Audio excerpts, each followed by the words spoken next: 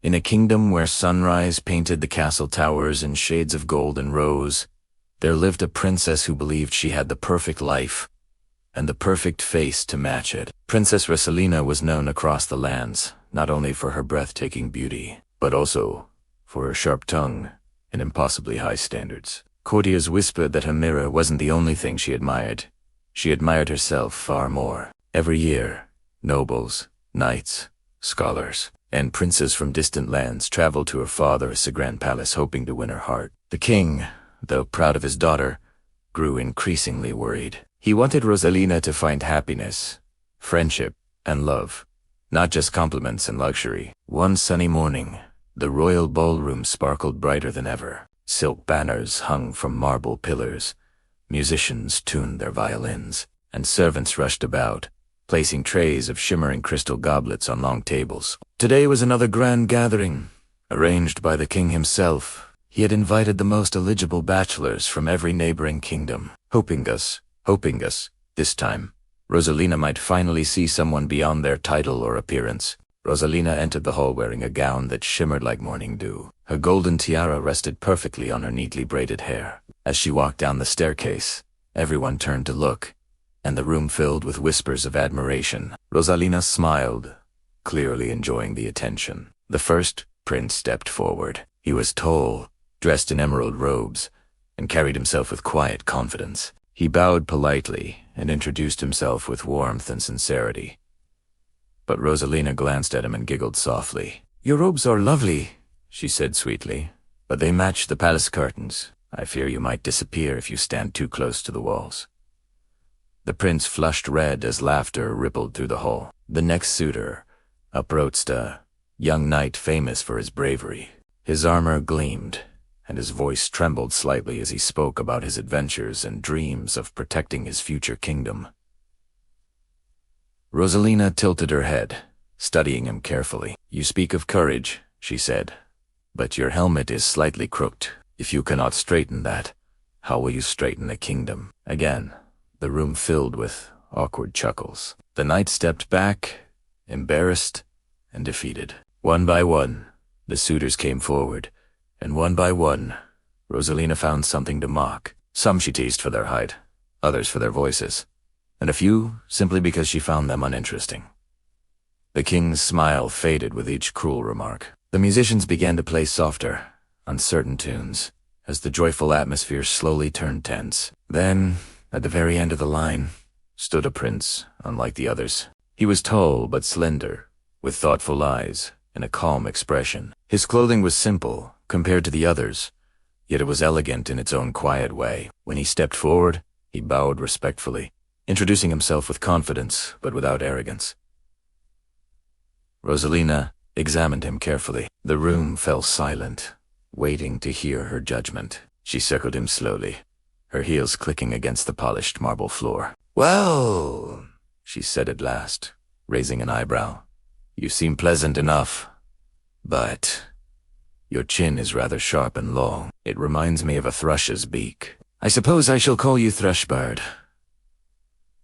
Gasps echoed across the ballroom. The prince's expression didn't change, but his eyes dimmed slightly. He bowed again, politely, and stepped back without saying a word. The king's face turned pale with shock and disappointment. The gathering ended sooner than planned. The guests departed quietly, whispering among themselves about the princess's behavior. That evening, as twilight settled over the castle gardens, the king summoned Rosalina to the throne room. The large chamber felt colder than usual. Sunlight faded through stained-glass windows, casting long shadows across the floor. Rosalina entered confidently, but her father's stern expression made her pause. "My daughter," the king began, his voice heavy, "beauty may open doors, but kindness keeps them open. You have insulted every honorable guest who came seeking friendship and love." Rosalina crossed her arms. "Father, I simply told the truth. Should I pretend to admire people I do not like? The truth without kindness becomes cruelty," the king replied firmly. "I fear you have forgotten what truly makes a person worthy." Rosalina rolled her eyes slightly, believing her father was exaggerating. She turned to leave, but the king spoke again, his voice louder, filled with a decision that surprised even himself. "I have made a vow. he declared. "The next man who enters this palace seeking shelter or food, you shall marry him." Rosalina spun around, her confidence cracking for the first time. "Father, you cannot be serious." But the king said nothing more. He simply turned away, leaving Rosalina standing alone in the vast, echoing chamber, her heart racing with disbelief and anger. Days passed, and Rosalina hoped her father had forgotten his strange promise. She returned to her usual routines, admiring dresses, strolling through gardens, and chatting with her friends about fashion and festivals. Yet, beneath her calm smile, a quiet worry grew. Then, one rainy afternoon, as thunder rolled across the sky and villagers hurried home, a traveling musician appeared at the palace gates. His cloak was worn, his boots muddy, and he carried a small lute slung across his back. Gods allowed him inside when he politely asked for food and shelter, explaining he had traveled far and lost his way in the storm. Servants guided him into the grand hall, where the king happened to be dining. Rosalina sat beside her father, casually sipping sweetberry juice, barely paying attention until the musician stepped forward and bowed. His voice was gentle as he introduced himself, thanking the king for his kindness. The king slowly set down his goblet. His eyes met Rosalina's, and she suddenly felt a chill run through her spine as she remembered his vow. Before she could speak, before she could protest,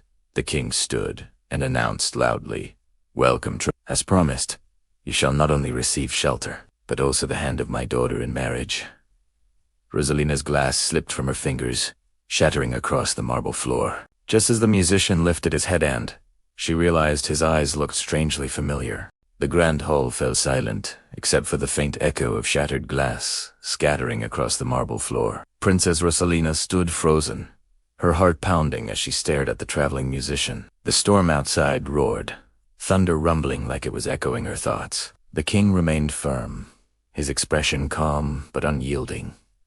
"Father, this is absurd," Rosalina finally exclaimed, her voice trembling between anger and panic. "You cannot marry me to a stranger, a wandering musician." The musician lowered his gaze respectfully. "Your Majesty, I do not wish to cause trouble. I only ask for food and shelter. I can leave if my presence brings discomfort." But the king raised his hand. "A promise is a promise, and perhaps this will teach my daughter that worth is not measured by jewels or titles." Rosalina looked around desperately, hoping someone would speak up for her. But the courtiers remained silent. The storm outside only grew louder, rain striking the palace windows like ticking clocks counting down her fate. Within hours, preparations began. There were no grand decorations, no orchestra, no shimmering ballroom. The ceremony was simple, held in the palace chapel with only a few witnesses. Rosalina wore a plain white gown instead of her usual dazzling attire. Her crown was replaced with a small wreath of soft white flowers. She felt smaller than she ever had in her life. The musician stood beside her, still humble and calm. His name, she learned, was Adrian. He spoke gently during the vows, promising respect, honesty, and partnership. Rosalina barely whispered her own vows, her voice tight with confusion and frustration. Soon after the ceremony, Adrian thanked the king kindly and turned toward Rosalina. "We should begin our journey," he said softly. "My journey," she replied sharply. "You mean your journey. I belong here." Adrian gave her a sympathetic smile. "You are my wife now, princess, but I promise I will not make your life miserable." She scoffed, though a flicker of uncertainty crossed her face. With no other choice, Rosalina followed him out of the palace gates, leaving behind the golden tower she had never imagined living without. The rain had softened into a light drizzle as they walked down the muddy road, leading away from the kingdom. Rosalina struggled to keep her gown from dragging through puddles. Her delicate shoes slipped on the wet stones, and her carefully styled hair slowly fell loose in the damp air. "This is ridiculous," she muttered. "I've never walked this far in my entire life." Adrian glanced back with a gentle chuckle. "You're doing better than you think." As they traveled, they passed lush green valleys, bustling village markets, and sparkling rivers. Rosalina noticed things she had never paid attention to before: children laughing while playing in the rain, families sharing meals under small wooden shelters, and travelers exchanging friendly smiles with strangers. The world felt bigger and strangely warmer than her palace walls. By nightfall, they reached a small cottage on the edge of a quiet village. It leaned slightly to one side, with ivy crawling along its wooden walls and a single lantern glowing beside the door. Rosalina stopped in disbelief. "You cannot possibly expect me to live there," she said, her voice rising in shock. Adrian opened the door and gestured inside. "It's not grand, but it's home." Reluctantly, Rosalina stepped inside. The cottage smelled of fresh bread and burning firewood. A small table stood near the hearth, and simple clay dishes were neatly arranged on wooden shelves. There were no chandeliers, no marble floors, and certainly no servants waiting to assist her. "I'm hungry," she said, crossing her arms. "Tell your servants to prepare dinner." Adrian raised an eyebrow, amused. "You're looking at the entire staff." Rosalina blinked. "You mean?" "We cook ourselves." He nodded. "Would you like to try?" Rosalina hesitated, clearly offended by the idea. Still, her stomach growled loudly, betraying her pride. Adrian handed her a small apron, and after a long, dramatic sigh, she tied it around her waist. Their first attempt at cooking was unforgettable. Rosalina accidentally spilled flour across the table, sneezed repeatedly when spices filled the air, and nearly dropped an entire bowl of dough onto the floor. Adrian tried to guide her patiently.